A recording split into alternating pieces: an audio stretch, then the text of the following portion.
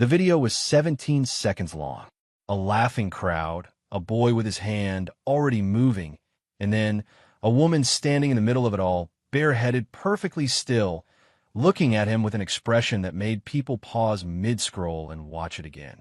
Nobody could quite explain what unsettled them about her face. It wasn't anger. It wasn't tears. It was something quieter than both, and somehow more dangerous than either. Within hours, millions had seen it.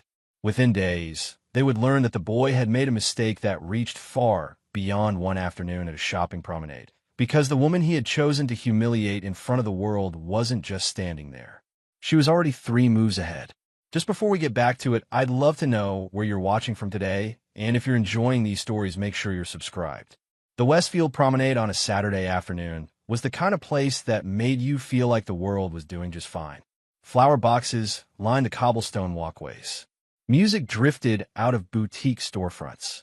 People moved in slow, easy patterns, shopping bags swinging, coffee cups in hand, sunglasses catching the light. Everything felt curated. Everything felt safe. Nia Brooks moved through it all like water, finding its level. She wasn't hurrying.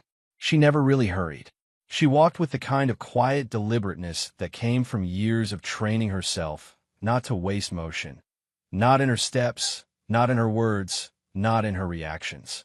She wore a cream-colored linen blazer over a simple black dress, low heels, a thin gold chain at her throat. Her wig, a sleek, dark style cut just below her jaw, sat neatly in place. To anyone watching, she was just a well-dressed woman enjoying an afternoon. But Nia was rarely just anything. Her eyes moved steadily as she walked. She noticed the security camera above the entrance to the Italian restaurant on her left, its angle slightly off, covering the seating area, but missing the alley beside the kitchen. She noticed the couple near the fountain who had been arguing quietly for at least 10 minutes, the woman's posture tight, the man's jaw set. She noticed the teenager near the smoothie kiosk who had pocketed something while the cashier looked away. Noticing was second nature to her. It had been for a long time. Her phone buzzed. She stepped to the side of the walkway, just past a potted olive tree, and answered. "I've got the last quarter of the document set ready," the voice on the other end said. A man's voice, calm, efficient. Her colleague, Derek. "The timeline is coming together. The overlaps are exactly where we expected." "Good." Nia's voice was low, unhurried. "What's the gap between the subsidiary filings and the public disclosures?" 14 months on the Hargrove deal. 11 on the Western portfolio transfer. She let that sit for a moment. That's not accidental sloppiness. That's a system. That's what I keep saying. Send it all to the secure folder. I want to go through it tonight. She paused, watching a woman push a stroller past her without looking up, and pull the board appointment dates again. I want to cross them against the acquisition windows. Already on it. She hung up, stood still for just a second, organizing the information in her mind the way she organized everything, quietly, methodically, without fanfare. Then she started walking again. She was heading toward the small bookshop at the end of the promenade. She had a habit of buying one paperback novel a week. Something about holding a physical book helped her separate her work brain from whatever was left of everything else. It was a small ritual, but it was hers. She heard them before she saw them. The laughter was the first thing, loud and self-congratulatory, the kind that announces itself across a crowd. Then the commentary. Then the sound of a phone camera shutter clicking repeatedly. A group of teenage boys had taken over a stretch of the walkway near the central courtyard. There were 5 of them, maybe 6, all wearing variations of the same expensive casual uniform. Sneakers that cost more than most people's rent, hoodies with small designer logos, hairstyled with careful carelessness. The kind of boys who had grown up in spaces that kept telling them they were the most interesting people in any room. One of them, tall, broad-shouldered for his age, with sandy hair and a smirk that seemed to have been installed permanently, was holding his phone up, narrating into the camera while his friends circled around him. He was performing, clearly. Everything about his posture said he was always performing. Okay, watch this one," he was saying. He had already knocked a woman's shopping bag off her arm and pretended it was an accident, laughing while she bent to gather her things. One of his friends filmed it. Another uploaded it before she'd even stood back up. Nia took note of them, adjusted her path slightly to give them a wider berth. She had learned long ago that there was no point engaging with that particular species of teenage boy in that particular kind of mood. They were looking for a reaction. Everything they were doing was engineered to produce one. She was almost past them when the tall one, Ethan, though she didn't know his name yet, turned and saw her. She noticed a shift in his expression. Something calculating moved through his eyes for just a fraction of a second. Then the smirk widened. He stepped directly into her path. "Oh, sorry," he said, his hands going up in exaggerated innocence, even though she had stopped in time and they hadn't actually collided. "Didn't see you there." His friend snickered. One of them was already raising a phone. Nia looked at him steadily. "You're fine," she said, simple and neutral, and moved a step around him. He stepped with her. Blocking again. "Nah, wait." He turned to his friends, grinning. "Doesn't she look like she's going somewhere important?" More laughter. Someone made a comment she didn't catch. It didn't matter. "Excuse me," Nia said, still calm, still measured. "I'm just saying," Ethan started, looking her over with the particular laziness of someone who had never once been told to stop. "Where you headed? You look like you're trying really hard." The crowd nearby had begun to slow. Not stopping, but slowing. The way people do when they sense something about to happen and can't decide whether to walk away or watch. Nia looked at him. His eyes. His posture. The phone pointed at her from 3 feet away. She had done risk assessments on billion-dollar corporations. She could read a room, a document, a person. This boy had grown up knowing that nothing stuck to him. That was visible in every line of him. She said nothing. Simply looked at him with an expression that was completely, utterly calm. Something about that seemed to irritate him more than any response would have. The smile tightened slightly. He glanced at his friends, one of whom gave him an encouraging nod, and then, without warning, without hesitation, as though it were the most casual thing in the world, Ethan reached out and yanked the wig from her head. It came off cleanly. He held it up in the air for a second, his friends erupting in laughter, some of the bystanders gasping. Then he walked 3 steps and dropped it into the open trash beside the nearest bench. "There you go," he said, turning back to her with the smirk at full power. "Now you look more." He didn't finish the sentence, because when he turned, Nia was looking at him, not shouting, not crying, not lunging for the trash can or him, just looking at him. The crowd had gone very quiet. Her scalp was bare. She stood exactly. He had bigger things to manage. What he did not know was that 40 minutes away, in a different kind of office entirely, a woman was not managing a distraction. She was building a case. Nia's apartment occupied the top floor of a building that didn't advertise itself. There was no concierge, no imposing lobby. The building's exterior looked ordinary, deliberately so. The apartment itself was clean, organized, and dense with work. 3 large monitors on a deep desk. Filing systems that appeared, at first glance, to be personal organization and revealed themselves, on closer inspection, to be something more rigorous. Whiteboards covered in notation that would have looked like noise to most people. External drives lined up in a specific sequence along a shelf. She sat at her desk in a plain dark sweater, no wig, a mug of tea steaming next to the keyboard. Her scalp showed the uneven patches she had managed quietly for 3 years. The result of alopecia, a condition that had arrived without warning and settled in with the permanence of a house guest who didn't intend to leave. She had grieved it in private. She had adjusted. She rarely thought about it directly anymore, except on days when the world decided to make it their business. She was cross-referencing 2 sets of financial filings. The Callaway Group had 17 subsidiary companies registered across 5 states.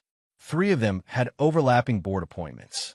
2 of those 3 had been acquired through a holding structure that appeared nowhere in the parent company's public disclosures. Nia had been working on this for 7 months.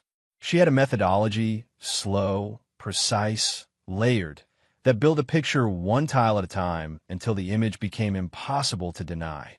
She was not impulsive. She did not move until she was sure. She had been sure for about 3 weeks. What happened at the promenade had not changed her timeline significantly, but it had changed something about the quality of her patience. She was still calm, but now the calm had a direction. Her door buzzed at 10:30. She already knew who it was. Maya Brooks was 30, a full 3 years younger than her sister, and carried herself with an energy that was the photographic negative of Nia's stillness. Quick-moving, openly expressive, wearing her feelings on the outside the way other people wore clothes. She came in holding a tote bag and a box of pastries and set both on the kitchen counter with more force than was necessary. "I watched it 6 times, Maya said. Not as an opener, but as a continuation of a conversation she had apparently already been having with herself in the car. 6 times. And each time I watched it, I felt something new and none of it was good. "Sit down," Nia said from the desk. "I'm standing." "Okay." Maya turned to face her. Her eyes were bright with that particular kind of feeling that lives just between anger and heartbreak. You stood there. And she stopped. "Are you okay?" Nia looked at her sister for a moment. "Yes." "Don't do that." "Do what?" "Say yes like that when you mean something more complicated."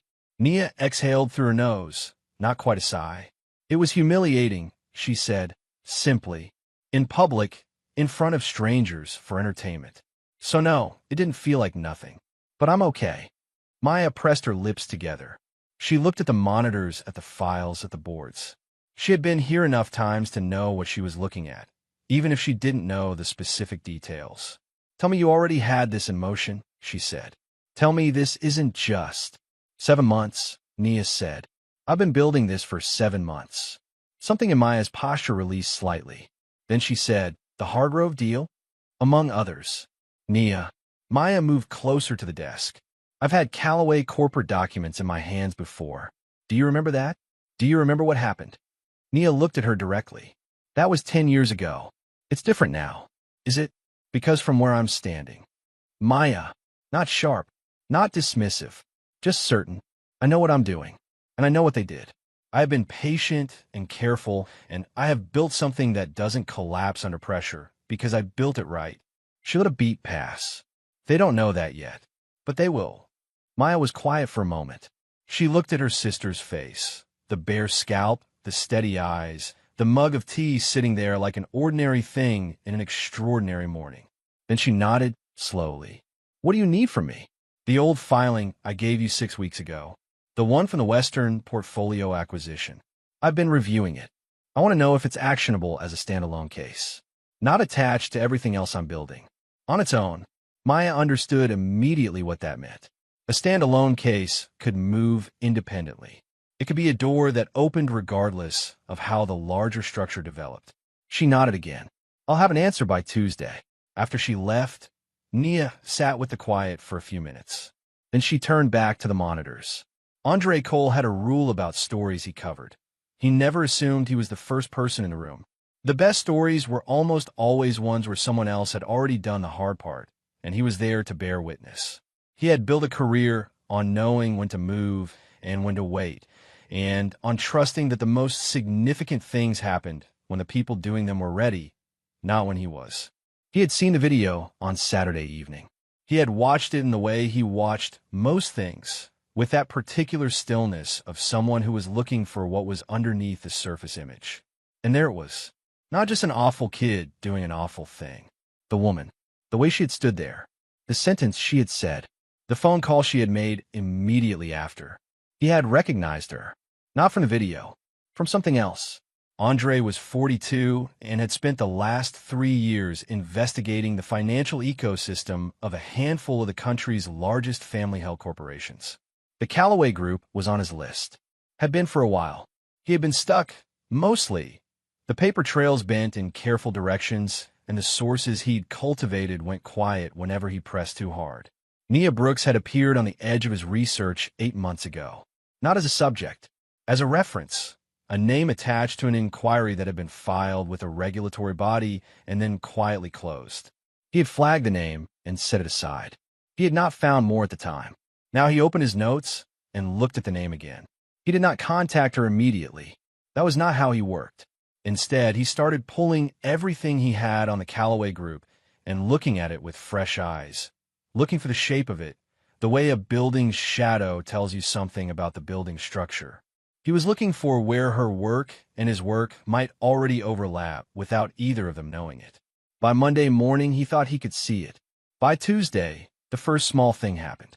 A government audit notice was issued to Callaway Meridian Holdings, one of the smaller subsidiaries in the family's portfolio. The kind of audit notice that on its own meant very little. They happened. They were routine. Victor Callaway's legal team received the notice, noted it, and prepared a standard response. What they did not note, because there was no reason to yet, was that the notice had been requested by a regulatory analyst who had received a document package 7 days earlier from an anonymous but carefully authenticated source. Victor was irritated when Patricia mentioned it in passing. "Handle it," he said. He had 6 other things on his mind. In a conference room across the city, a deal that Callaway Group had been finalizing for 4 months hit an unexpected snag. The other party's lawyers had requested a delay in signing. No explanation given. Victor's team pushed back. The other party's lawyers said their client needed time to review certain materials that had recently come to their attention. Victor was more than irritated about that one. He called the other party's CEO directly. The man was polite, cautious, and said the word materials again without elaborating. Victor hung up and told his team to find out what had gotten into the man's hands. That evening, Nia sat at her desk and opened a new document. She typed a single line across the top of it. Shell Company Register, Callaway Group, cross-referenced with acquisition dates. Below it, she began building a list. The list had 23 entries. She had confirmed 11 of them in full. She was working on the remaining 12. She read through what she had, slowly, the way she always read through things, looking for gaps, inconsistencies, anything that didn't line up. Everything lined up. She leaned back in her chair, looked at the document, whispered to no one, "Let's see how deep this goes." Outside, the city moved on in its ordinary way. People were probably still sharing the video. People were probably still arguing in comment sections about whether it was a big deal or not. Nia closed the document, saved it, locked the drive.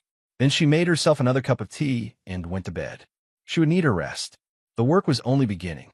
The audit notice sitting in Callaway Meridian Holdings' legal inbox was by itself the kind of document that corporate lawyers process with one hand while doing something else with the other. Audit notices arrived. They were answered. They went away. The machine had procedures for them, and the procedures were efficient, and the whole thing typically resolved itself within a few weeks with minimal disruption to anything that actually mattered. Except this one had been requested by a specific analyst at a specific regulatory body, citing a specific cluster of filing inconsistencies that had been documented across a 14-month window. And that kind of specificity, the kind that suggested someone had done the homework before the request was ever filed, was different from routine. The lawyers noted it. They did not yet flag it upward. They were still operating under the assumption that this was manageable. They were good lawyers. They just didn't have the right information yet. Nia was at her desk by 6:30 Wednesday morning, working through the last section of a document that had taken her 2 days to properly decrypt, not in any coded sense, but in the way that financial architecture is its own language, and reading it fluently requires the kind of patience most people don't have. Shell companies were not unusual. Using them for asset transfers was not, by itself, illegal. What made them instruments of fraud was the gap between what was disclosed publicly and what was moved privately, the canyon between the official story and the actual sequence of events. She had found the canyon. She was now measuring its depth. Her connection to the regulatory body was not a back channel in any dramatic sense. She had spent years building credibility with people inside systems. Analysts, mid-level officers, compliance reviewers who were underpaid and overworked, and who, when presented with clean, well-documented evidence, were not inclined to ignore it. She had never bribed anyone. She had never pressured anyone. She had simply become someone whose name, attached to a document package, meant the package was worth reading. That was the kind of influence that didn't photograph well. It didn't make for impressive introductions at parties. But it worked. She was reading through the cross-referenced acquisition dates when her phone lit up. She glanced at it, a number she recognized but hadn't expected. She let it ring once more, then answered. You found me, she said. Not hard, when you know where to look. Andre Cole's voice was measured, not aggressive. The voice of someone who was very comfortable with silence and used it strategically. I've been looking at the Callaway Group for a while. I know. A pause. You know, your inquiry into the Western Coast acquisition was dismissed 14 months ago. You filed a follow-up request that also went nowhere. You've been working around the edges since then. She turned away from her monitors. You're good at what you do. You just didn't have the right entry point. Another pause. Longer this time. And you do. I have the architecture. I know where the bodies are buried, structurally speaking. I'm going to ask you directly, Andre said. Is what happened to the promenade last weekend connected to this? Nia considered how to answer that.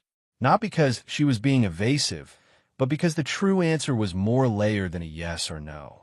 The investigation was already running, she said finally. What happened moved my timeline. How? It reminded me that people like Victor Callaway raise people like that boy, that the behavior doesn't come from nowhere. It's taught, through permission, through consequence-free living, through the belief that nothing touches you. I have been patient. I decided I was done being patient. Andre was quiet for a moment. I want to work with you on this. I know you do, and I'll think about it. She looked back at the monitors. Don't publish anything yet. If you move too early, you'll spook them, and they'll spend the next 6 months reorganizing the paper trail. I've been doing this for 15 years. I know how to. I know what you know, Nia said without sharpness. I'm not questioning your ability. I'm asking you to trust that I have a specific sequencing in mind, and that breaking the sequence serves no one. Silence again. Then how long? Not long. She paused. I'll be in touch. She hung up and sat for a moment, looking at nothing. Andre Cole was not a variable she had planned for specifically, but he wasn't unwelcome. A credible investigative journalist at the right moment was not a liability. He was a mechanism. She filed him in her mind in the appropriate place and went back to work. The school that Ethan Callaway attended had a code of conduct document that was 37 pages long. It covered everything from academic integrity to social media use to conduct that reflects negatively on the institution's values and standing. Ethan had read approximately 4 pages of it in 9th grade when it had been required reading during orientation. He had not thought about it since. By Wednesday of that week, the Dean of Student Affairs had thought about it a great deal.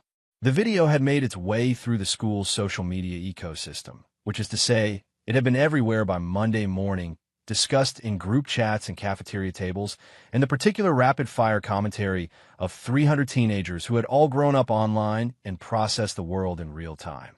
The reactions were not uniform. A portion of his classmates thought it was funny.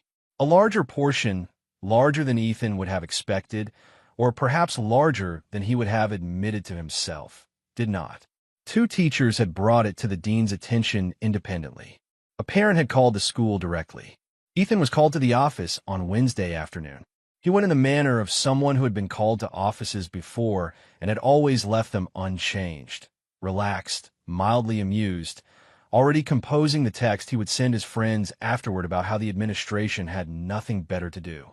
The dean was a tall, unhurried man named Mr. Garrett who had been at the school for 22 years and had developed the particular patience of someone who had seen every variety of teenage mistake and still believed, stubbornly, that most of them were recoverable. He asked Ethan to sit. He asked Ethan to describe what had happened. Ethan described it in the way he had been describing it all week, with a slight smile, with the language of harmlessness, with the implicit suggestion that the only people who had a problem with it were people who didn't understand humor. Mr. Garrett listened to all of it. Then he said, "What do you know about the woman?" Ethan blinked. "What do you mean?" "The woman in the video. Do you know who she is? What she does? What she was dealing with that day?" Ethan shrugged. "No. So you did something to a stranger, something that touched her body without her consent, that exposed a medical condition she manages privately. And your defense is that it was harmless." Something in the air shifted slightly. Ethan's smile thinned. "It was a wig. It was her body," Mr. Garrett said. "And it wasn't yours to touch." There was a formal letter issued to his parents that evening. Not an expulsion. Not yet. but a documented conduct warning that went into his record and required a response from his family within 5 business days. Ethan showed his father the letter over dinner. Victor read it, set it down, and told Patricia to handle it in the morning. He had 4 calls that afternoon that had left him more concerned than he was willing to show. The deal that had stalled was now officially delayed by 2 weeks. A second deal, one that had been moving smoothly through its final stages, had inexplicably gone quiet. 2 phone calls had gone unreturned. Victor was not a man who received unreturned calls. He was a man whose calls others waited for anxiously. He poured himself a drink after dinner and stood at the window of his study looking out at the city. He was not a man given to unease, but something was moving in the periphery of his attention that he couldn't quite name yet. A shift in air pressure, subtle but unmistakable, the way the atmosphere changes just before weather arrives. He told himself he was being paranoid. Poured another drink. Went to bed. Maya Brooks had a small but precise legal practice that operated out of an office above a florist on the west side. She had 2 associates and a paralegal named Donna who had been with her since the beginning and who knew the filing systems better than Maya did. The office smelled faintly of flowers from downstairs and strongly of paper and coffee. Maya did corporate justice work, the kind of legal practice that rarely made headlines but consistently changed things. She had spent a decade building cases for individuals and small businesses who had been consumed by larger entities without their full understanding. She knew what those documents looked like. She knew what the trails looked like. She had spent years learning to trace them. She was also, in ways she didn't always say out loud, doing this work because of something specific. A specific company, a specific acquisition, a specific set of events that had happened to her family when she was 19 years old and that had never, in the 10 years since, been named or addressed or made accountable. She sat in her office Thursday afternoon with the filing Nia had given her 6 weeks earlier open in front of her. She had reviewed it methodically, once for orientation, once for gaps, once for what a court would need to consider it actionable as a standalone case. On this third read, she was writing notes in a margin.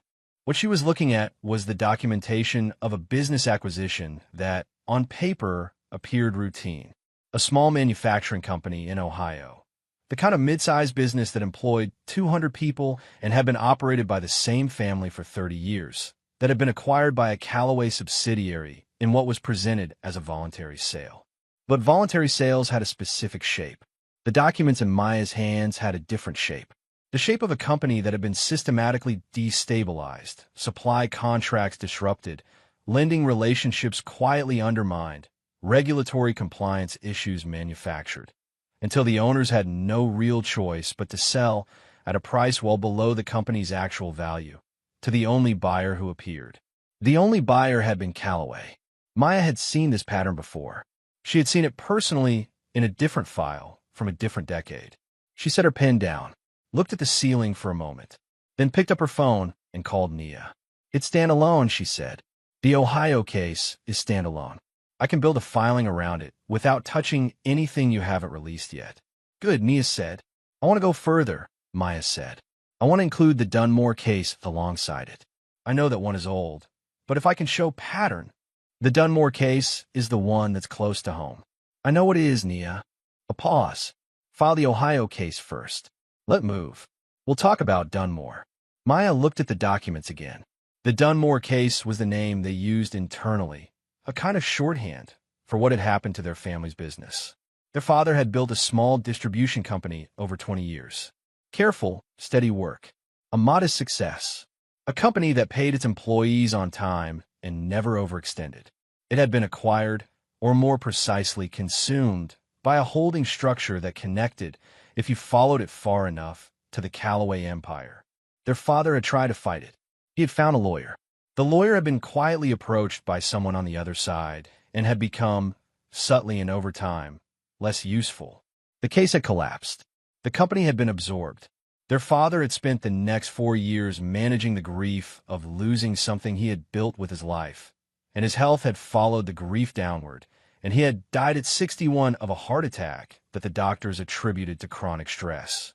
Maya was 30 years old and had been building toward this moment for the better part of a decade.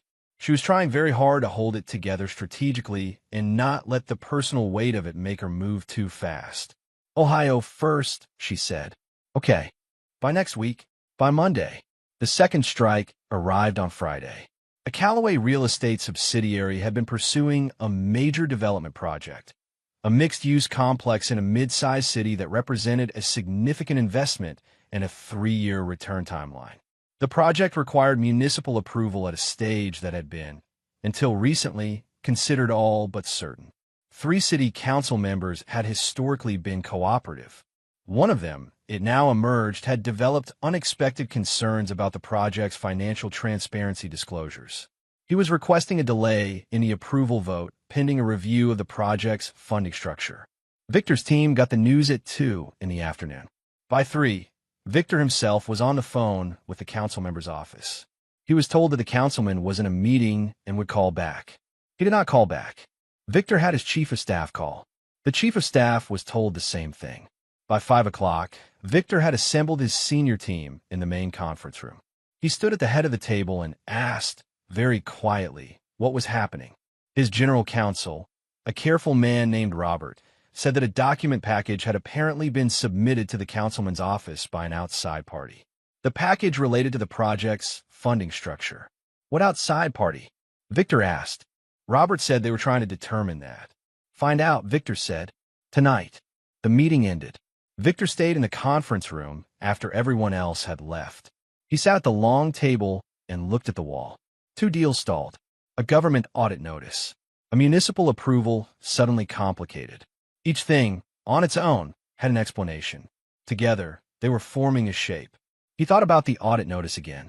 The specificity of the filing inconsistencies cited. Not random.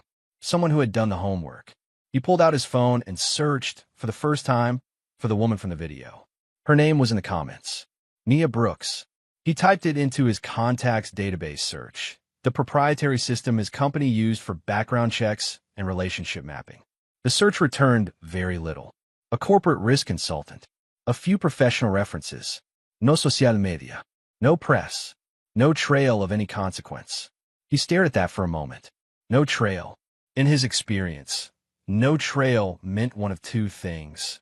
A person of no importance, or a person who knew exactly how to stay invisible. He closed the phone, sat in the quiet. The shape in the periphery of his attention was becoming more defined. That same Friday evening, Nia met with a contact she had cultivated over 4 years, a woman named Sheila who worked in the compliance division of a financial regulatory agency and who had a specific, careful, principled discomfort with fraud that had made her, over time, receptive to the kind of clean, documented evidence packages that Nia occasionally delivered. They met at a coffee shop that was neither of their neighborhoods. They sat at a corner table and spoke in low voices over cups neither of them was really drinking. Nia slid a folder across the table. The 3rd subsidiary, she said. The asset transfer documentation with a cross-reference disclosure timeline. Sheila opened it. Read the first 2 pages with the careful speed of someone for whom this kind of document was native language. Looked up. This is clean. It's all clean. Everything I've given you has been clean. The gap here is 11 months. On a transfer of roughly $40 million in assets. Nia kept her voice level, and the disclosure, when it did come, listed it under a category that made it effectively invisible to a standard review. Sheila looked back at the document. I need to take this to my supervisor. I expected that. It'll take a few days. I know. Nia folded her hands on the table. There's no rush. I just need it in the right hands. She walked home after the meeting. It was a cool evening, clear sky, the city in that brief Friday evening mood where everyone seemed slightly lighter than they did at noon. She thought about Victor Callaway, sitting somewhere in his expensive house, reviewing his expensive problems and not yet understanding what they meant. She thought about her father, about the company he had built and what had been done to it, about the particular kind of loss that comes not from disaster but from deliberate, engineered erosion, someone quietly pulling the supports out from under something you built with your life, then stepping back to watch it fall and calling it the market. She didn't feel triumphant. She didn't feel angry. She felt mostly like someone who was doing something that needed to be done in the way that it needed to be done, without shortcuts. She went home, made dinner, reviewed the shell company register one more time before she went to sleep. The list now had 18 confirmed entries out of 23. She was close. The article that ran on the following Monday morning was not Andre Cole's. It was a shorter piece from a financial news outlet, a paragraph and a half, buried in a roundup of business news, noting that the Callaway Group's municipal development approval had been delayed pending a transparency review. The piece was careful, factual, dry, the kind of thing that financial readers scroll past unless they're specifically watching a company. But it linked, in its last line, to the viral video, not in any analytical sense, simply noting that the Callaway family had recently attracted public attention following a social media incident involving the family's teenage son. The connection was casual, parenthetical. It was enough. By mid-morning, 3 larger outlets had picked up the development story and had not been casual about the connection at all. The narrative had a shape now that was difficult to look away from. A powerful family whose teenage son had publicly humiliated a black woman, dismissing consequences, now facing questions about their business practices. The two stories fed each other. The tone of coverage shifted from amusement at the viral clip to something more interrogative, more sustained. Entitled "Family Under Scrutiny" was the headline on one outlet. Another went with "Callaway Group Faces Regulatory Questions Amid PR Fallout." A third ran a longer piece with a sidebar about Ethan's video, treating the whole thing as a portrait of a family that operated without accountability. Victor saw the headlines from his car on the way to the office. He called Patricia twice. Patricia was already managing 17 simultaneous crises with the precision of someone who had been in damage control long enough to have developed a kind of dark calm about it. "We need to get ahead of this," he told her. "We're already behind it," she said.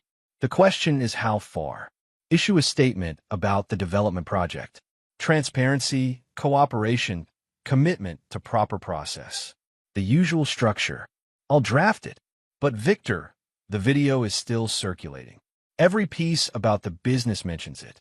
As long as that connection exists in the public mind, every story about the company reads through that lens. Then we address the video. An apology? Victor was quiet for a moment. A statement, not an apology. "Ethan is 17. We express that we hold our family to high standards and that appropriate conversations have occurred at home." Patricia was quiet in the way of someone choosing not to say what she was thinking. "I'll send you a draft within the hour." The stock was down 1.8% by noon, small by the standards of market fluctuation and easily attributable to the general mood of the sector that week. Victor's investment team said as much in a brief note. Victor read the note and agreed with the framing and did not feel reassured.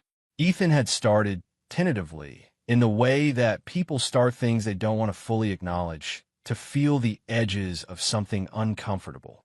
It had begun at school, not with anyone saying anything directly to him. The social dynamics of his world were too mediated for that kind of directness. It was subtler.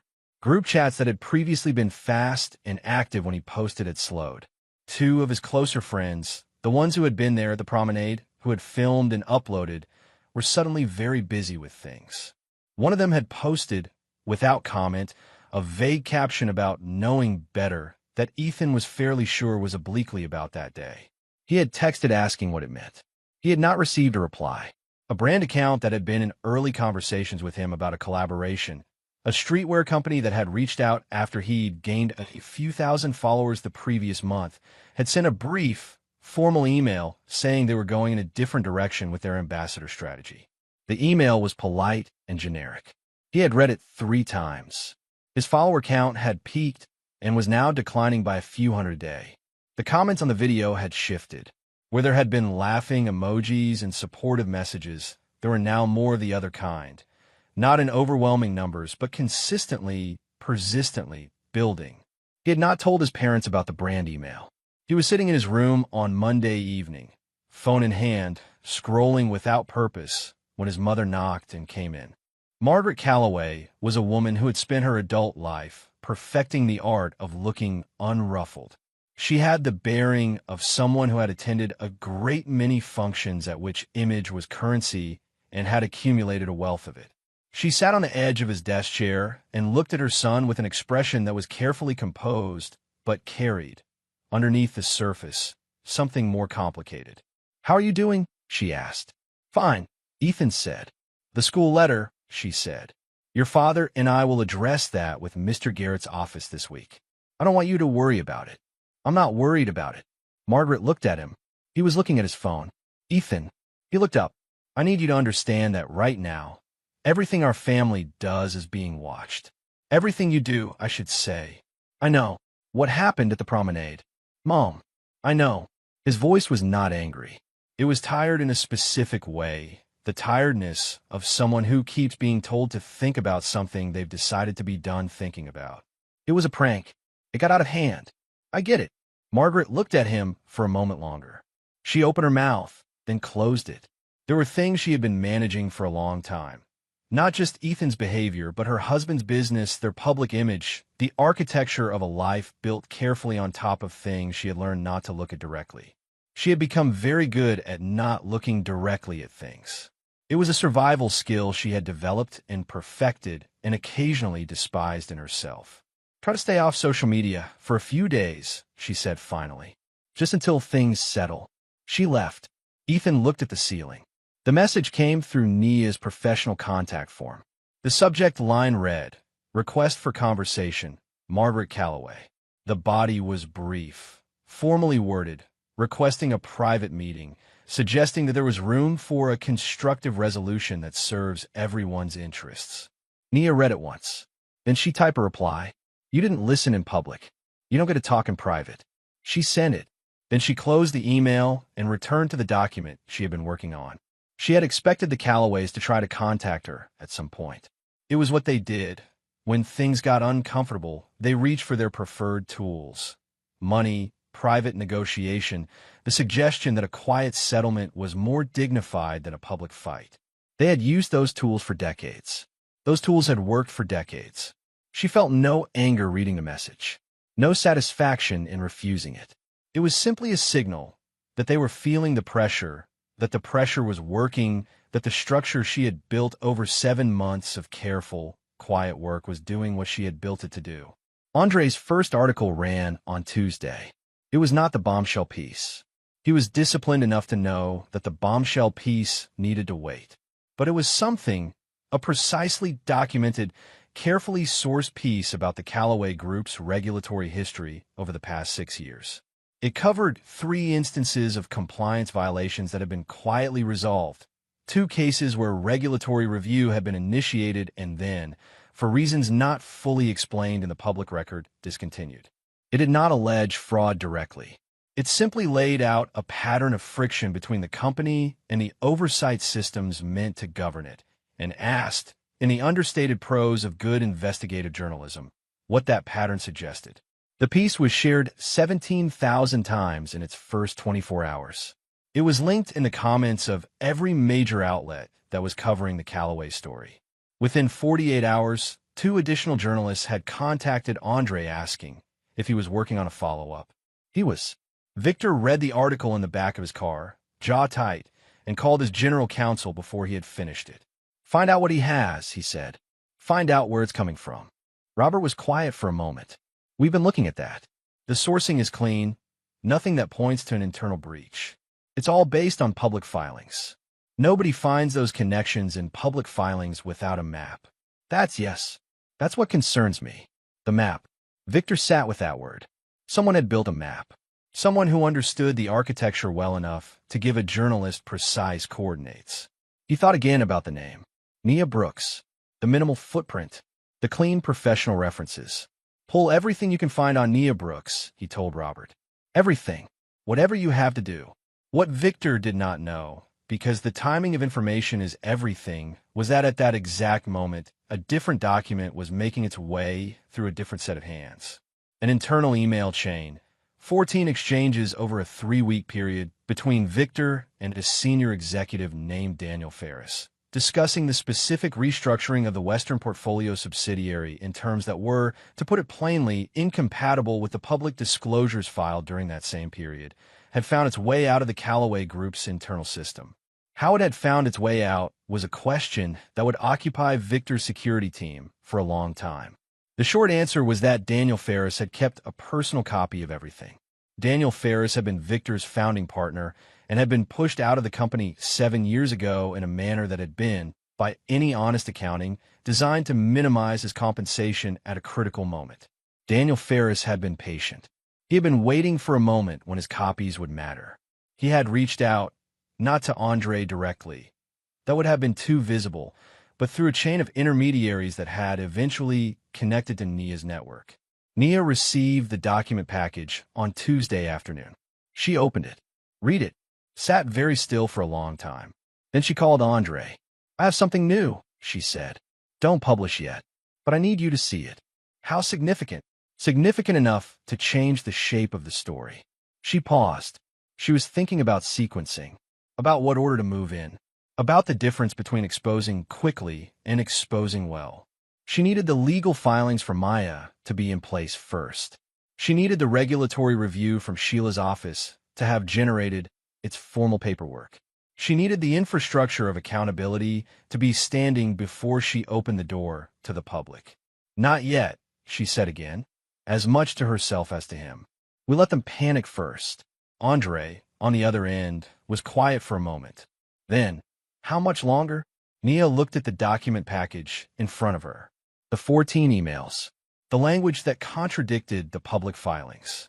Victor Calloway's name, in his own words, connected directly to a set of decisions that had been buried for years. "Not long," she said. "They're already panicking. They just don't know we can see it." She set down the phone and looked at the monitors. Looked at the board. Looked at the list of 23 shell company entries, 18 of them now confirmed. She thought about the promenade, the crowd going quiet, the trash can, the moment she had stood there in full view of 100 strangers and had not flinched. She opened her working document. At the top of a new page, she typed a single line. Final sequence.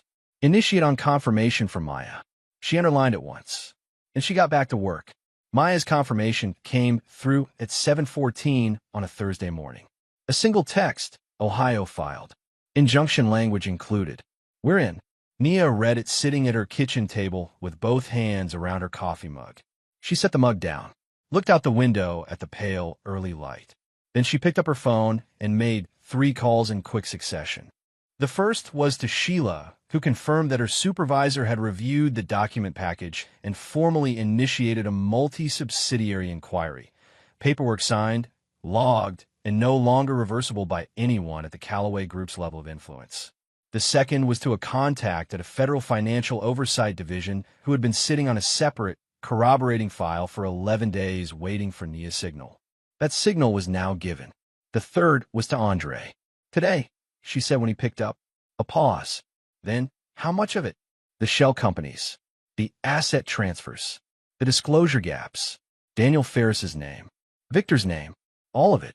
Another pause, the kind that wasn't hesitation, but absorption. "I need 4 hours. You have 3. She heard him exhale. "Nia, 3 hours, Andre. After that, the regulatory filings will be public record, and you want to be first." He was already moving. She could hear it in the shift of his voice. "I'll call you when it's live." She hung up, looked at the window again. The light was stronger now. She thought about the sequence she had built. 7 months of architecture, each piece placed with the knowledge that it had to hold weight. The regulatory filings, the legal action, the document package, the journalist. Each element designed not just to expose, but to expose in a way that couldn't be walked back, couldn't be quietly negotiated, couldn't be managed by a PR team working overnight. She had not built a moment. She had built a structure. And structures, when they stood on solid ground, didn't collapse when you pushed back against them. She went to her desk, opened the working document, and began dismantling the careful compartments she had built around each piece of the case, releasing them in the order she had planned for months. By noon, the article was live. Andre's piece ran under the headline, "Shell Companies, Hidden Transfers, and a Pattern of Concealment," inside the Callaway Group's financial architecture. It was 6,000 words. It named Victor Callaway directly. It reproduced, in selective and legally defensible excerpts, portions of the 14 email chain that documented the gap between what had been done with the Western portfolio assets and what had been disclosed publicly. It included the cross-reference subsidiary timeline, the same document Nia had spent 2 days building in the early weeks of the investigation. It quoted Sheila's regulatory division, on record confirming an active multi-subsidiary inquiry. It referenced Maya's Ohio filing. It was the kind of article that doesn't need to shout. It was precise, and it was sourced, and it was arranged in a sequence that built its case the way a well-constructed argument builds, one foundation stone at a time, each one load-bearing. Within 2 hours, it had been picked up by 4 national outlets. Within 4 hours, it was being discussed on financial news networks. Within 6, it was simply everywhere, shared in the kind of accelerating wave that happens when a story clicks into place against something people already half believed. Victor's office received the article's publication alert at 12:04. By 12:07, Patricia was on the phone with the general counsel. By 12:15, Victor himself had read it, or read enough of it, and had called an emergency meeting of his senior leadership team for 2 o'clock. The 2 o'clock meeting was unlike any meeting Victor had run before. He was controlled, technically. He kept his voice level and his sentences short. But the control was the kind that requires visible effort, and the people in the room could see the effort, and that visibility was itself a kind of information. Robert laid out the legal exposure. It was significant. The shell company documentation, if authenticated, and the article's sourcing suggested it had been, created a direct line of liability that went to the top of the company. Several of the board members who had been in conversations with Victor about the current state of the business were now, Robert said carefully, going to require very specific reassurances. Some of them already knew, said a voice from the far end of the table. Everyone looked at the speaker, a senior vice president named Gregory, who had been with the company 12 years and had the kind of organizational memory that made him both valuable and dangerous. What does that mean? Victor asked. Gregory met his gaze. It means some of them signed off on structures they're going to have a very difficult time claiming they didn't understand. He paused, which means their interest in protecting you is now competing with their interest in protecting themselves. The room was very quiet. Victor looked at Gregory for a long moment. We're going to get through this, he said. Everyone in this room is aligned. Nobody said anything to contradict him. But alignment and silence are different things. And Victor was experienced enough to know that. The stock dropped 4.3% before trading was halted for the day. Ethan saw the article's headline on his phone during a free period at school, shared by someone in a group chat he was barely still part of. He read the first 3 paragraphs and stopped. Then he started again from the beginning and read more carefully. He had known, in a general way, that his father's company was large and influential and built on a series of business decisions that Ethan had never had any reason to examine. It had existed in his life the way weather exists, present, shaping everything, not something you thought about directly. The money was there. The houses were there. The sense that consequence had a ceiling and his family's name was somewhere above it. That had been there too, ambient and unexamined. The article put numbers to things. Names. Dates. It described a company that had been run in a specific way for specific reasons, producing specific outcomes for specific people. And then it described what those outcomes had meant for the people on the other end of them. He put his phone face down on the desk and looked at the whiteboard at the front of the classroom. His teacher was explaining something. He didn't hear any of it. A notification buzzed. He flipped the phone over. The streetwear brand that had dropped him had issued a public statement. 3 sentences, ending with, "We do not align ourselves with individuals or families whose conduct conflicts with our values." He turned the phone face down again. In his social feeds, over the course of that afternoon, the old videos began to resurface. Not just the promenade clip, older things. A video from 2 years earlier, him at a party, making a comment that had seemed, in the room at the time, like a joke. A clip from a school event, him dismissing someone in a way that had been captured at an angle he hadn't noticed. Small things, individually. Together, they were being assembled into a pattern. The internet's particular talent for retrospective portrait building where each small piece contributes to an image that nobody planned but everyone can suddenly see. 3 more brands posted distancing statements by the end of the day. Margaret had spent the morning in her sitting room, phone in hand, working through a list of names, people she had known for years, allies in the social architecture she had maintained with such careful effort. She was not panicking. Panic was a luxury she had never allowed herself. She was doing what she always did, assessing, calculating, and beginning to move assets, not financial ones, but social ones, into positions that might survive what was coming. She had known, in broad terms, what Victor had done. She had known for a long time. She had told herself, with increasing practice over the years, that knowing and participating were different things. That her role was the house, the family, the public face, not the business. That what happened in board meetings and shell company filings was Victor's domain, not hers. She had told herself this so consistently that it had become, for long stretches, something she almost believed. She called 2 women she had lunched with for 15 years, and neither call was answered. She called a third, and the call was answered, but the conversation was short and careful and ended without any of the warmth that had previously made it comfortable. She sat with the phone in her lap for a while after that. She thought about her son, about the boy she had raised, the one who had grown up in rooms where nobody said no and nobody applied cost to consequences, and the world was organized, subtly and constantly, around the proposition that certain people simply operated differently than others. She had contributed to that. She knew it in the way you know things you've spent years not saying out loud. She thought about the woman at the promenade, the stillness of her, the sentence she had said so quietly that Margaret had only heard it because she had watched the video more times than she had admitted to anyone. You just made a mistake you don't understand yet. She understood now what that sentence had meant. She picked up her phone again, looked at the contact she had made for Nia, the professional address she had used to send the message that had received, in reply, the flattest and most final sentence Margaret had ever been sent in her life. She did not send another message. She simply looked at the contact for a moment. Then she set the phone down. Victor's counterattack, when it came, was the move of a man who had spent decades using the same tools and could not imagine the tools failing. A statement was issued late Thursday afternoon, attributed to a spokesperson for the Callaway Group, describing Nia Brooks as an opportunistic individual with a personal agenda, using a family moment as leverage for financial and reputational gain. The statement stopped short of direct accusations, but was engineered to carry their weight.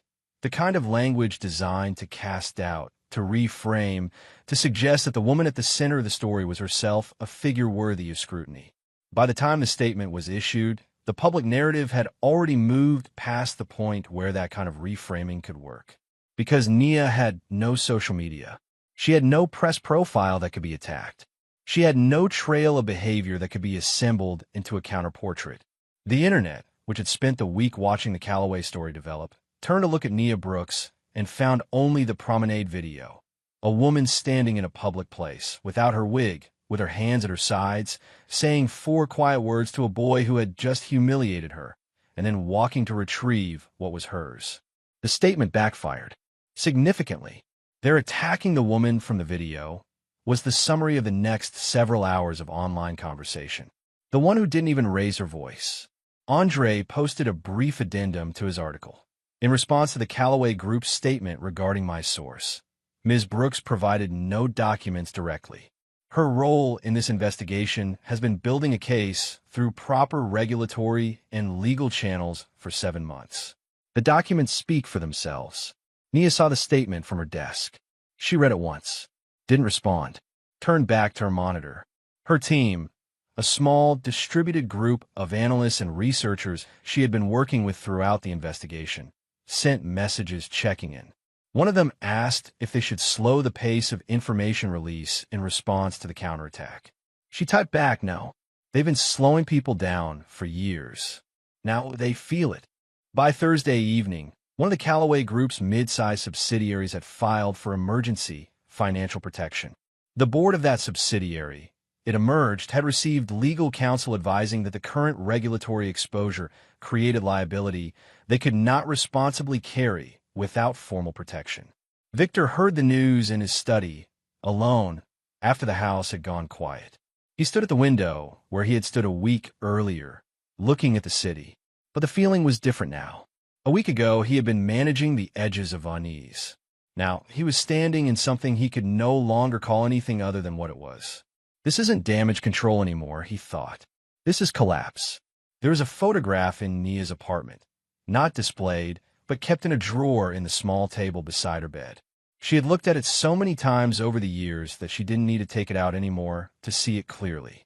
Her father, in front of the building where his company had operated for 20 years. He was standing straight, arms at his sides, with the expression of a man who is proud of something and knows it and doesn't need to say so. He was 47 in the photograph. He was wearing a jacket that Nia had always associated with him. Brown leather, soft worn at the elbows. He had been dead for 9 years. She thought about the photograph on Friday morning, not with grief exactly. Grief had its seasons, and this was not one of them, but with the particular clarity that comes when something you have been working toward for a long time is finally in motion and you have a moment to remember why. Her father had built Dunmore Logistics over 20 years. It had started as a one-truck delivery operation and had grown steadily and carefully into a mid-sized regional distribution company with 30 employees and a client list that had taken 2 decades to cultivate. He had built it without shortcuts. He had built it with the kind of slow, patient work that doesn't make headlines and doesn't generate the kind of story people tell at parties, but that produces something real and lasting and owned. What had been done to Dunmore Logistics was not unusual in the world of corporate predation. That was the part Nia had spent years making herself sit with. Not the injustice of it in isolation, but the ordinariness of it. What had happened to her father's company had happened to dozens of other companies in the same period, through the same mechanisms, by the same network of subsidiaries and shell structures. The Callaway Group had not targeted Dunmore specifically. That was the cold part. They had targeted a category, mid-sized regional distribution companies with strong client relationships and undervalued assets, and her father's company had simply been in it. The process had been engineered and efficient. Regulatory complaints manufactured to destabilize lending relationships. Supply contracts quietly redirected. Key clients approached by Callaway subsidiaries offering better terms. And then, when the company was weakened enough, an acquisition offer at a fraction of value. The only offer on the table because no other buyer would come near a company that appeared to be in distress. Her father had tried to fight it. He had filed complaints. He had hired a lawyer who had eventually become less responsive and then not responsive at all. He had appealed to clients who said, apologetically, that they couldn't afford loyalty in a competitive market. And then he had signed the acquisition documents because there was nothing left to sign but those. He had told Nia and Maya, when he told them what had happened, that he was going to rebuild, that he was 61 but still had time, that the company was gone but the knowledge of how to build it was not. He had died 11 months later. The doctors had listed the cause as cardiac arrest. Nia had never had any doubt about the fuller story. Andre had come to her apartment for the first time on Friday afternoon. He had asked to see the full documentation, not just the pieces she had fed him through intermediaries, but the complete architecture of what she had built. He needed to understand it fully before he wrote the next piece. She had agreed. He sat at her table and read for 2 hours while she worked at her desk. He was a careful reader. He didn't interrupt. He turned pages without rushing. She respected the silence of it. When he finally set the last document down, he sat for a moment before speaking. The Dunmore acquisition, he said. That's your family. Yes. This whole thing, the 7 months, has never been only about my family. She turned in her chair to face him. What happened to Dunmore happened to 11 other companies through the same mechanism in the same window. I have documentation on 7 of them. Maya has case contacts for 3 more. What Callaway did was a system, not an event. If I made this about my family, it becomes a personal grievance story. If I make it about the system, it becomes accountability. Andre looked at her. But it started with your family. It started with my father's company, yes. I want to include that in the full piece. Nia was quiet for a moment.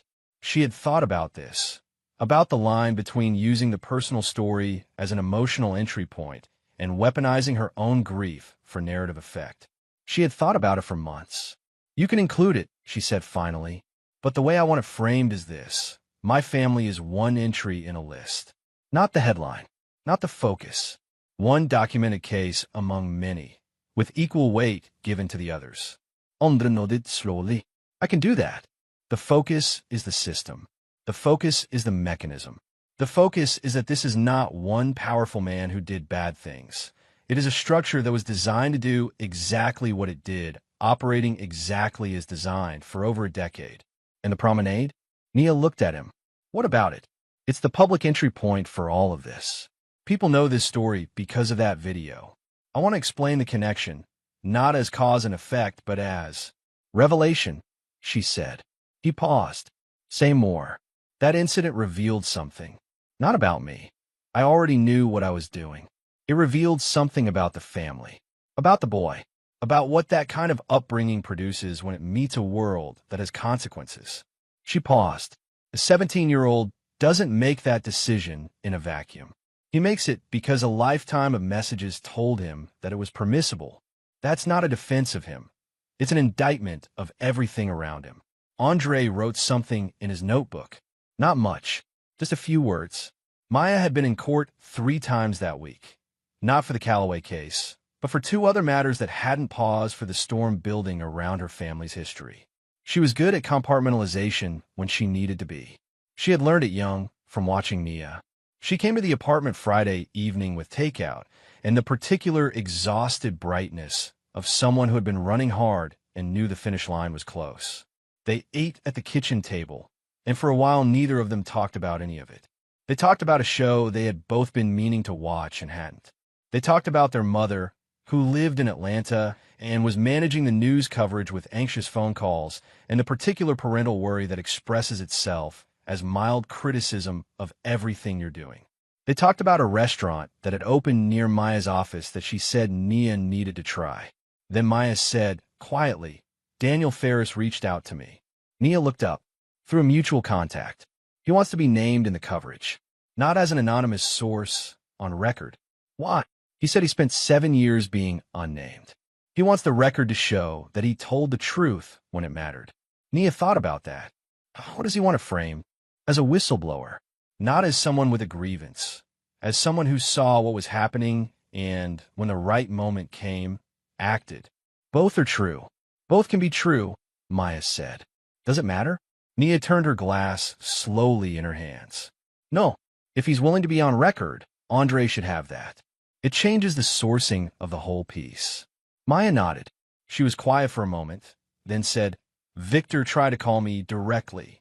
Nia's eyes sharpened slightly. When? Yesterday. Through my office. My paralegal took the message. He, or someone calling on his behalf, said he wanted to discuss a resolution. And Donna told them I was in court. Maya allowed herself a small, dry smile. Which I was. Nia exhaled. Victor reaching directly to Maya meant the legal exposure was biting hard enough that he was willing to skip the pretense of formal channels. He was afraid. That was legible now, in the shape of his moves, the public statement attacking Nia, the direct call to Maya, the emergency board communications that had been leaking through the cracks of the Calloway Group's suddenly less reliable internal security. He's going to offer money, Nia said. I know. He's going to frame it as a settlement. Appropriate acknowledgement of past business practices. Language that sounds like accountability, but functions as a ceiling. Accept the money, sign the clause, the record closes.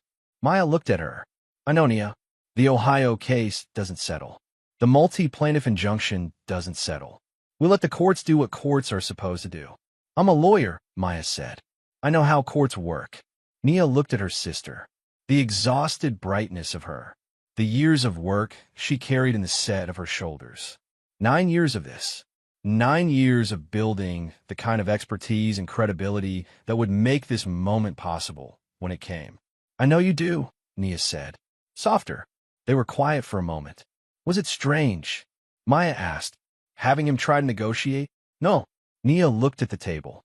He's been negotiating his way out of things his whole career. It's the only move he knows. Maya picked up her fork.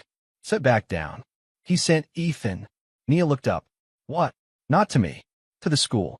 He had someone reach out to the school administration, apparently to try to get the conduct letter withdrawn or reclassified. The school declined. She paused. Mr. Garrett, apparently, is a man of principle. Nia said nothing. She was thinking about Ethan, about the boy who had stood in front of her with that particular expression of someone who has never once been told the story doesn't end the way he expects, who had walked away from the promenade laughing, followers climbing, the whole thing already a joke in his mind before she'd even retrieved her wig. She wondered what he was thinking now, whether any of this had produced the kind of reckoning that was more than social, whether somewhere in him, at 17, something was cracking open that was larger than embarrassment and deeper than consequence. She didn't know. She had no way to know.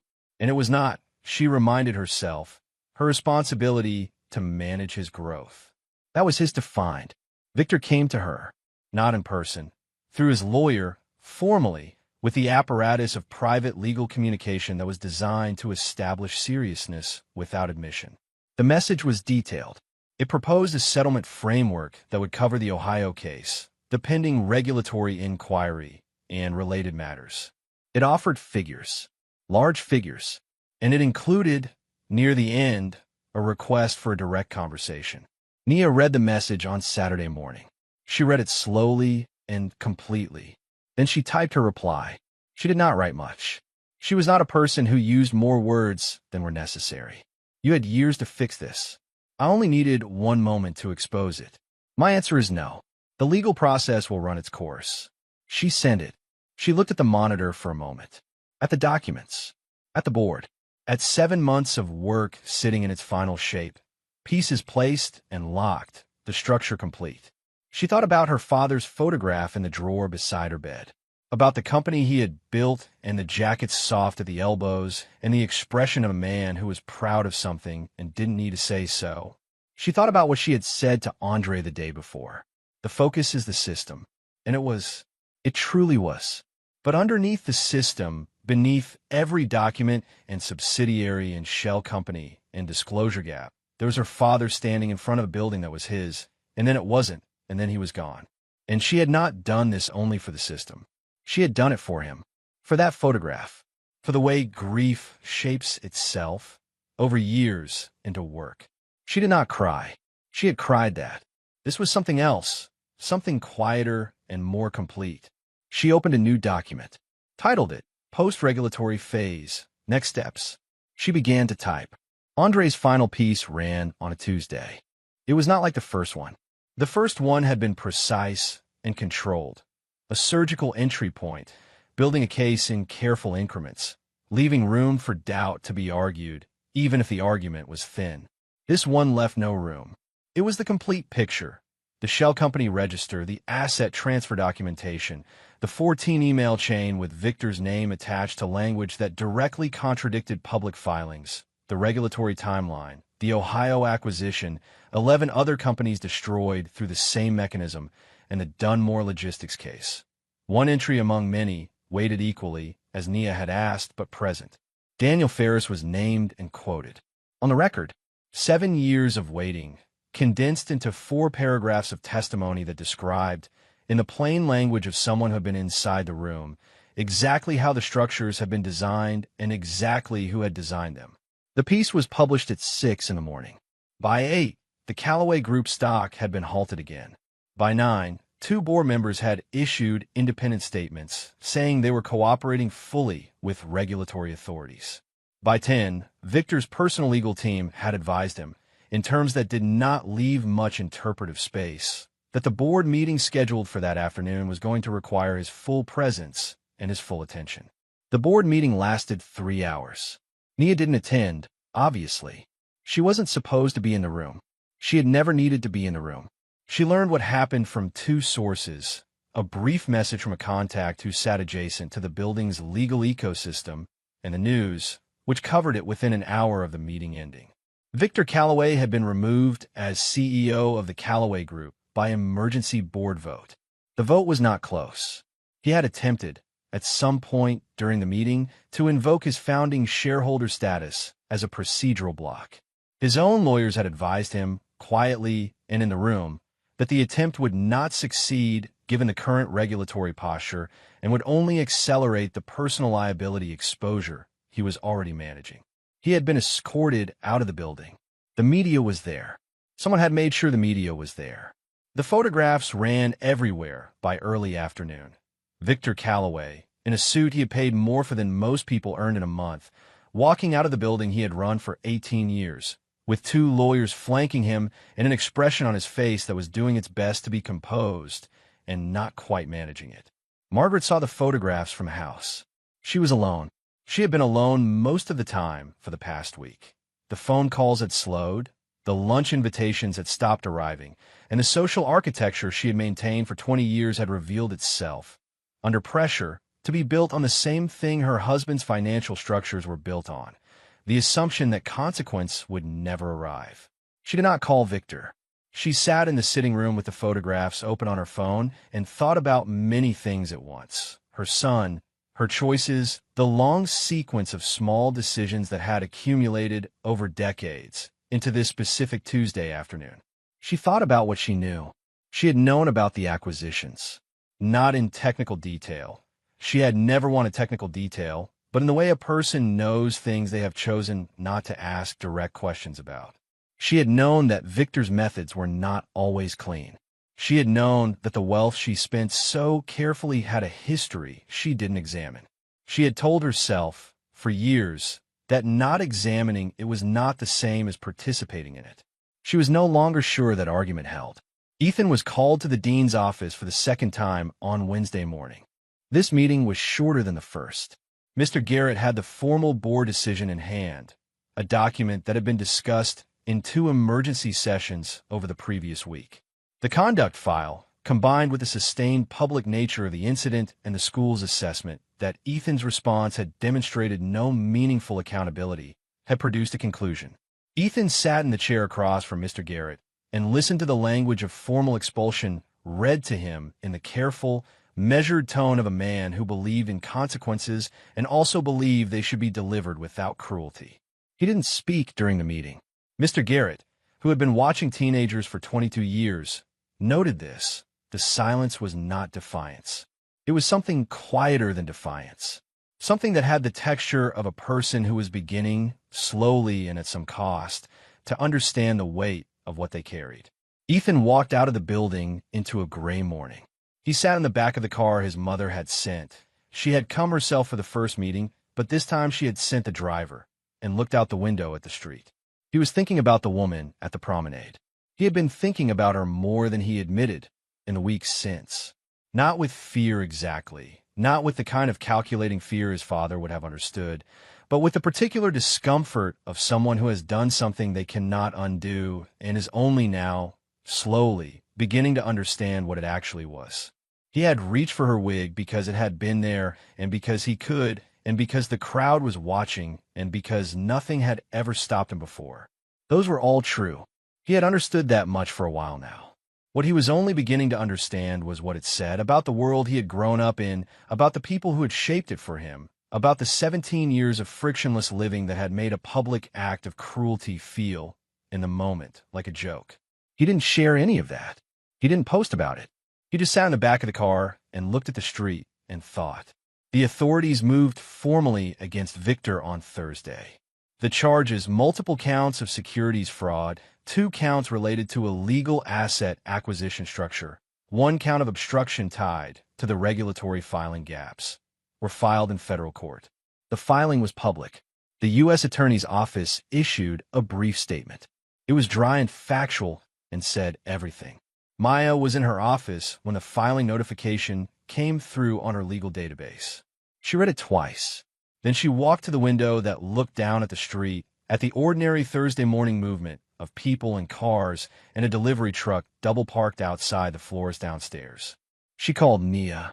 They filed, she said. I know, Nia said. I saw. A pause. How do you feel? I'm not sure yet. Me neither, Maya said. I thought I'd feel more. It's not done. He'll have lawyers for years. The courts will take time. I know how courts work, Maya said for the second time in a week, but this time it was gentler. Not impatience, just acknowledgement that the machinery of justice was slower than the machinery of collapse, and both were real. The Ohio case is moving well. Nia asked. Really well. The judge assigned is thorough. We had our first substantive hearing yesterday. Maya paused. We have 9 plaintiffs now. 3 more are in conversations. 9. 9 families. Maya's voice was careful. 9 companies. Some of them smaller than Dad's. Some of them bigger. Nia didn't say anything for a moment. Then good. That's what it should look like. Afterward, she sat at her desk for a while without working.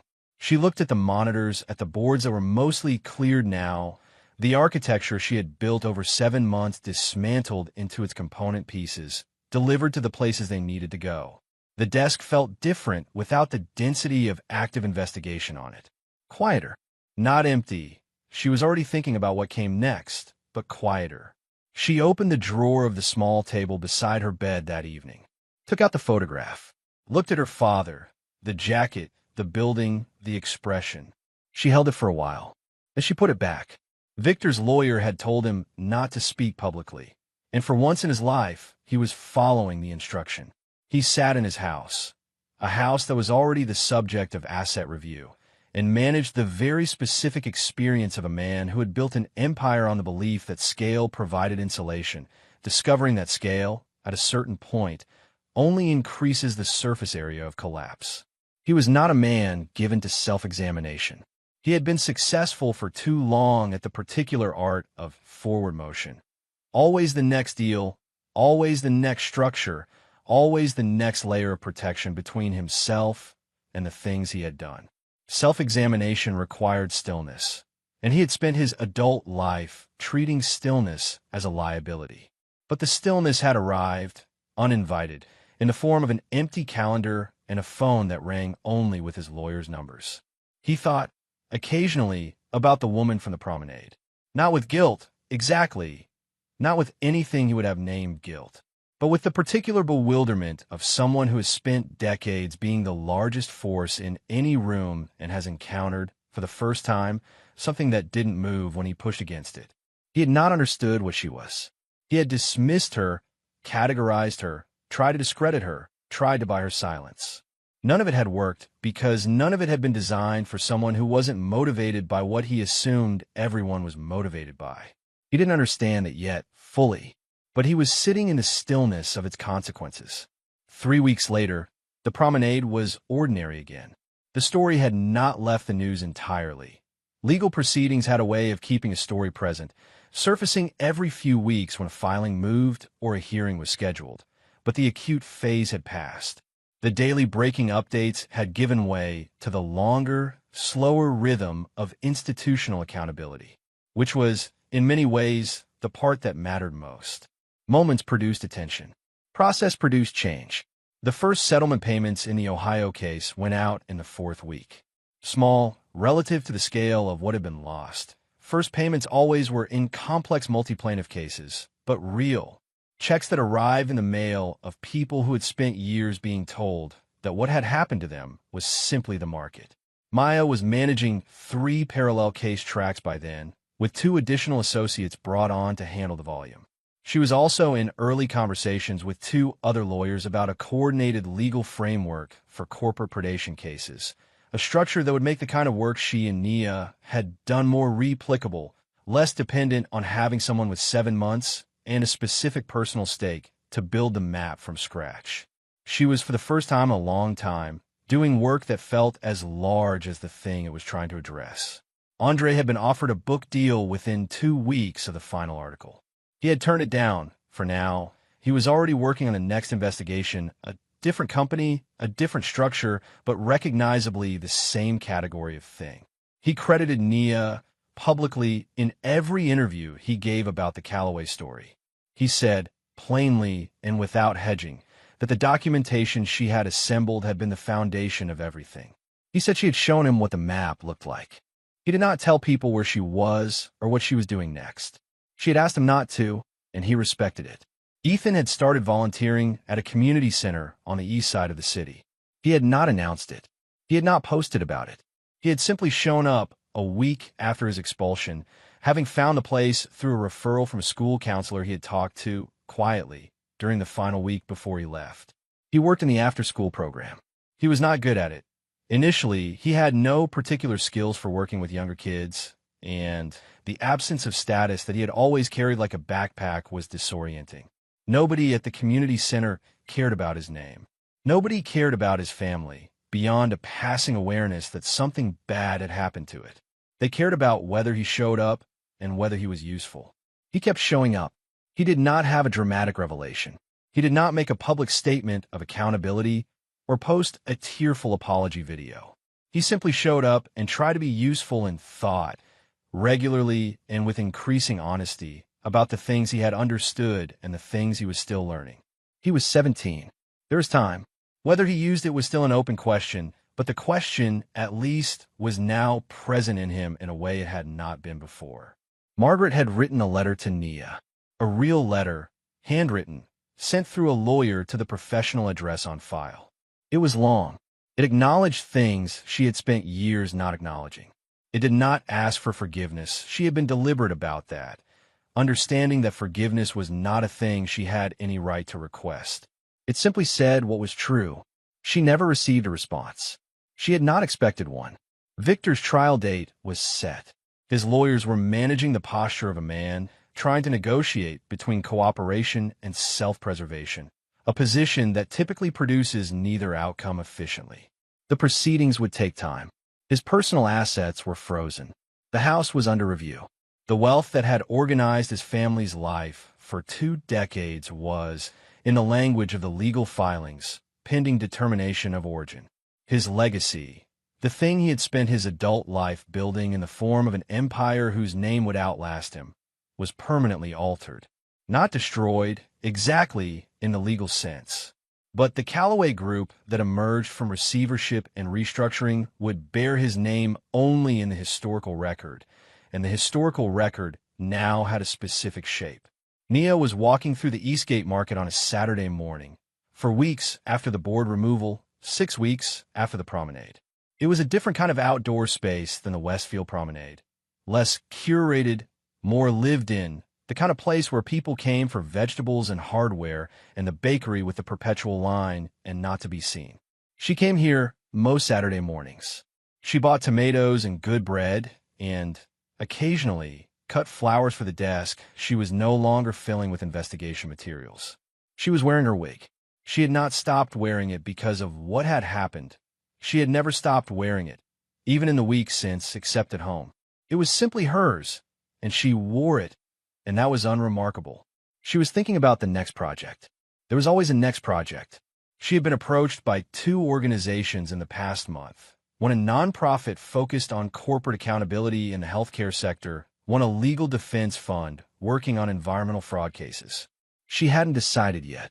She was letting herself think slowly, which was a luxury she rarely permitted during active work. She was looking at the tomatoes when someone touched her arm lightly. She turned. A woman, mid-40s, someone she didn't recognize. The woman's expression had a particular quality, the look of someone who is deciding whether to say something. "I'm sorry to bother you," the woman said. "But you're the woman from that video, aren't you? The one with the Callaway kid." Nia looked at her. Calm, unhurried. "I just wanted to say," the woman stopped, then started again. "My brother had a company. Small logistics operation in Indiana. It was acquired. We never could prove how it happened, but after what came out, the mechanism, the way they describe how it worked," she paused. "I just wanted to say thank you. It didn't fix it. I know it didn't fix it, but someone said it out loud. That happened. That it was real." Nia held the woman's gaze for a moment. "I'm glad it mattered," she said. "I'm sorry about your brother's company." The woman nodded, started to move away, then turned back. "Were you scared? Any of it?" Nia considered the question honestly. "Not of them," she said. "Only of moving too fast and getting it wrong." The woman looked at her a moment longer. Then she walked on. Nia stood in the Saturday morning light, among the tomatoes and the crowd and the ordinary, unremarkable movement of a city going about its weekend. She thought about what the woman had said. It didn't fix it. That was true. The settlements were real, but incomplete. The legal process was real, but slow. The accountability was real, but it had arrived 9 years after a man had died and 20 years after a company had been taken apart piece by piece with great efficiency and very little consequence. It hadn't fixed it, but had named it. And naming was not nothing. Naming was sometimes the thing that made everything else possible. Maya called that evening, as she often did on Saturday evenings. "Are you coming to Mom's next weekend?" she asked. "Yes." She's going to ask about everything. She's been watching the news. "I know." A pause. Then Maya said, quietly, "Was it worth it?" It was the question Nia had been waiting for Maya to ask. Not because it was surprising. She had known her sister would ask it eventually, but because she had been composing the answer in herself for weeks, testing it for honesty. It wasn't about winning, she said. It was about stopping them. Maya was quiet for a moment. Dad would have been. "I know." Neither of them said anything for a little while after that. The city was quiet outside Nia's window. The monitors were off. The board were cleared. The drawer beside her bed held the photograph of a man in a brown leather jacket, standing in front of something he had built. Nia looked at the window. The ordinary dark of a Saturday evening. Lights across the buildings. A city going about its life. She picked up her notebook, turned to a fresh page, and began again to work. If this story made you feel something, hit like and subscribe. We have more stories that will stay with you long after they're over.